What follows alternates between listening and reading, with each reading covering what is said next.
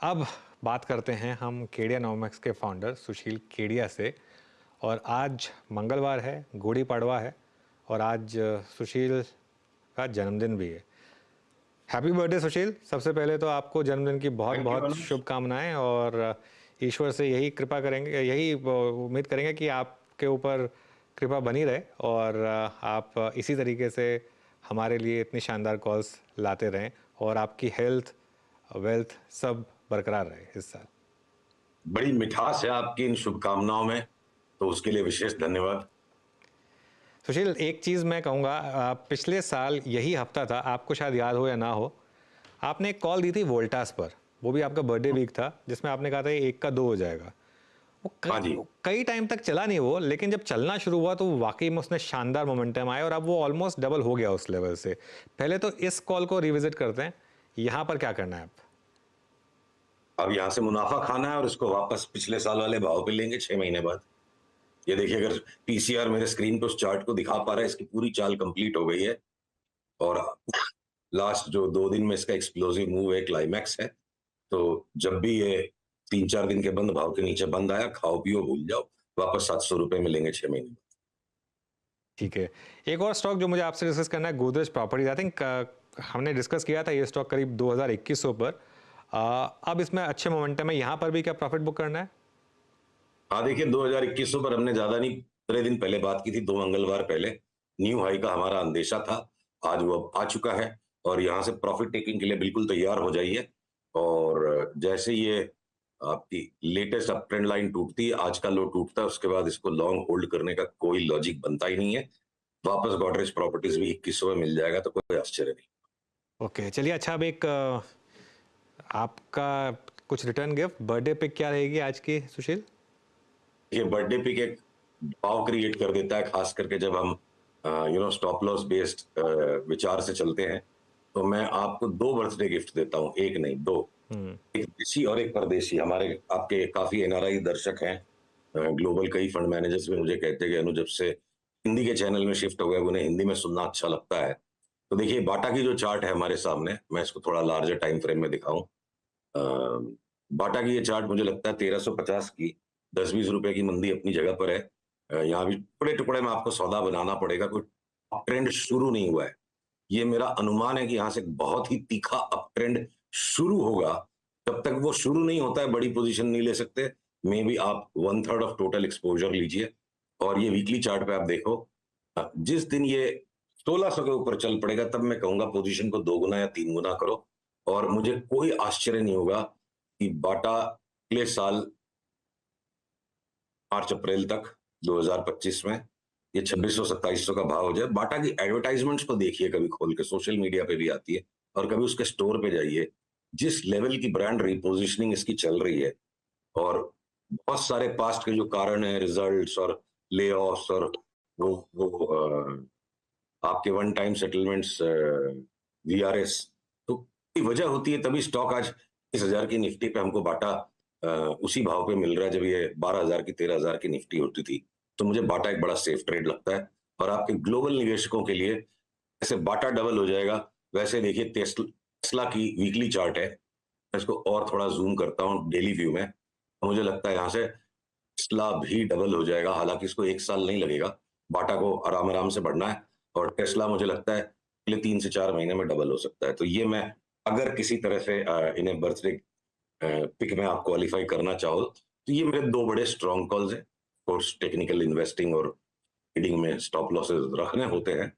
तो बाटा, जो लोग सिर्फ इंडिया में निवेश करते हैं, और जो इंडियंस, चाहे वो एनआरआई हो, चाहे यहाँ से भी जो रिपैट्रिएट करके पैसे आरबीआई की स्कीम में इन्वेस्ट, $150,000 आप साल में इन्वेस्ट कर सकते हो। तो मैं कहूंगा टेस्ला और एप्पल भी आप ले सकते हो। एक चार्ट मुझे अनुज और दिखाने दीजिए। टेक्निकल एनालिसिस की भाषा सारे संसार में चलती है। ये देखिए एप्पल की चार्ट। ये एप्पल मुझे कम से कम 50% उछलने की तैयारी में लगता है, और ये किसी भी टाइम चाल शुरू हो जाएगी। 168 वाला 240-50 हो जाएगा। तो टेस्ला, एप्पल और बाटा, ये 3 मेरे बिग पिक्स हैं। सुशील जी, वीरेंद्र बोल रहा हूँ। पहले तो मेरी तरफ से आपको एक बार फिर से जन्मदिन की बहुत बहुत शुभकामनाएं। मन बहुत की ही शांति, धन्यवाद। धन और स्वास्थ्य सब आपको मिले। आ, एक स्पेस और जहां पे बाजार बहुत इंटरेस्टेड है जानने के लिए कि बॉटम बन गया कि नहीं बन गया, और आप देखिए दो चीज तो उसमें से एक आईटी डिफेंस है उसमें, और एक आपका आप एफएमसीजी, दो स्पेस ये, और एक हो गया केमिकल बास्केट जिसमें बड़े एग्रेसिव शॉट्स थे, इस मंथ में शॉट्स आए भी। इन तीनों पर आपका व्यू, और इसमें से बेस्ट प्लेस्ड क्या है अपस्विंग को खेलने के लिए जो रिवॉर्ड अच्छा दे रहा है इस वक्त? तो देखिए, त्वरित लाभ की आकांक्षा, अगले 1 घंटे में ही मालामाल हो जाए, रातों रात अरबपति हो जाए, इस भावना से बहुत बड़ी संख्या में लोग बाजार में आते हैं और पैसा देके चले जाते हैं। फिर जब मैच्योरिटी लौटती है तो चाहे आप वैल्यू पिक्स की, कोई लोग इन्वेस्टिंग करते हैं, कुछ लोग ग्रोथ में करते हैं, और एक टेक्निकल के सहारे से आप लीडर्स एंड लगार्ड्स को चुनते हैं। तो देखिए, वो जो बचपन में कहीं कोई मेले में गए होंगे तो जो झूला होता था ना, ऐसे गोल घूमता था, तो आपका आपका उद्देश्य उन सेक्टर्स को पकड़ना जो ऊंचाई पर चढ़ेंगे। तो आपको ऑब्वियसली खराब खबरों के बीच में नीचे उतरती चीज को लेना, ऊपर चढ़ने के लिए वही स्पेक्यूलेशन है। तो वीरू, आपने तीनों वो ताश के 3 इक्के में कहूंगा इस वक्त। अभी देखिए, मेटल्स में जो तूफान मचा हुआ है, बैंक्स में तूफान मचा हुआ है, लार्ज कैप फार्मा थक गया, तो वहां से मुझे लगता है पैसा निकलेगा। और आपने लाइंस जो क्रमशः तीनों सेक्टर बताए, लार्ज कैप आईटीज, केमिकल्स और एफएमसीजी, ये बिल्कुल मुझे डिफेंसिव प्ले लगते हैं। अगर निफ्टी में कोई 1000-1200 पॉइंट का करेक्शन आ गया, जिसको मैं रूल आउट नहीं कर सकता, अब हम 23,000 के आसपास हैं, तो ये सेक्टर्स में बहुत कम मार पड़ेगी। और अगर मार्केट इसी तरह चलता चला गया तो इन सेक्टर्स में सबसे ज्यादा पैसा बनेगा। तो हमारी सारी लॉन्ग्स अभी इन्हीं 3 सेक्टर्स में फोकस्ड है कि नई लॉन्ग्स हम उधर ही बना रहे हैं। इसमें साथ में आप एक मीडिया एंटरटेनमेंट को भी जोड़ दीजिए। तो ये 4 जो अंडर परफॉर्मर्स थे, वो गाना है ना, सबका टाइम आएगा, तब इन चारों का टाइम आएगा। तो इन चारों का टाइम आएगा। अच्छा, कुछ इसी अगर आप प्रकार के कुछ स्टॉक्स को देखिए जहां पे काफी शॉर्टिंग थी, जिन्होंने पूरे पिछले 6 महीने में बाजार के अपस्विंग में पार्टिसिपेट नहीं किया, था पीवीआर, आप जुबिलेंट फूड, इन दोनों पर आपका टेक, सेक्टर स्पेसिफिक नहीं, स्टॉक स्पेसिफिक, इन दोनों पे पूछूंगा आपसे राय में। देखिए, पीवीआर पे अपनी पहले भी बात हो चुकी है कि पीवीआर मुझे यहाँ से 2200-2300 तक की चाल लगता है शुरू हो चुकी है। ऐसा लगता है उसको टुकड़े टुकड़े में सौदा बनाना पड़ेगा। वापस से आज पीवीआर को रीएम्फसाइज करते हैं, एक अप ट्रेंड शुरू हो चुका है। और अब जिस दिन ये 1430-40 के ऊपर निकलेगा, ठीक है, टेम्पररी रेजिस्टेंस 1460-70 का देगा, थोड़ा सा वापस वहां से पुल बैक आएगा और रोज के ट्रेडिंग गेम्स अपनी जगह पे है। फिर एक सेक्युलर रन पीवीआर में शुरू हो चुका है और ये पिछले हाई को 1880 को क्रॉस करके 2100-2200 की तरफ चले। और जुबिलेंट तो आपका मेरा दोनों का ही फेवरेट सा स्टॉक रहा है वीरू, और इसे हम बहुत बार डिस्कस करते हैं। तो इस सेक्युलर डाउन ट्रेंड के बाद देखिए एक अपटिक इसमें शुरू हो गई है। Latest leg of down trend defied है। ऊपर आने के बाद अभी साइडवेज कंसोलिडेशन दे रहा है। हमें टेबल थंपिंग बाई कॉल, बस ले लो, सोचो मत, ये भावना के साथ सौदा करेंगे। फिर 470 के ऊपर चल पड़ेगा। अगला पड़ाव 580 शिष्टाचार हेतु हुई हम कहेंगे, और वो 580 भी क्रॉस कर गया तो 720 भी जा सकता है। मतलब यहाँ मार खाने की जगह नहीं है, मिलेगा तो पैसा ही मिलेगा, मार नहीं पड़ेगी। ओके, अच्छा, इंडेक्स पर बात नहीं हुई, निफ्टी, बैंक निफ्टी पर क्या व्यू बन रहा है अब सुशील? ये बैंक निफ्टी और निफ्टी ने बेचने वालों को हर लेवल से थका दिया। फिर भी अगर ये हमारा ऑक्यूपेशनल हैजार्ड है, इन पे हम रेंजेस को कॉल फॉर करें। देखिए, निफ्टी की चार्ट के ऊपर मैं वापस से इन लकीरों को ड्रॉ कर देता हूं। अब आप टायर सारे टॉप्स को अगर कनेक्ट कर देते हो, बहुत सिंपल सी चार्ट है, तो हम करीब करीब वहां आ गए हैं।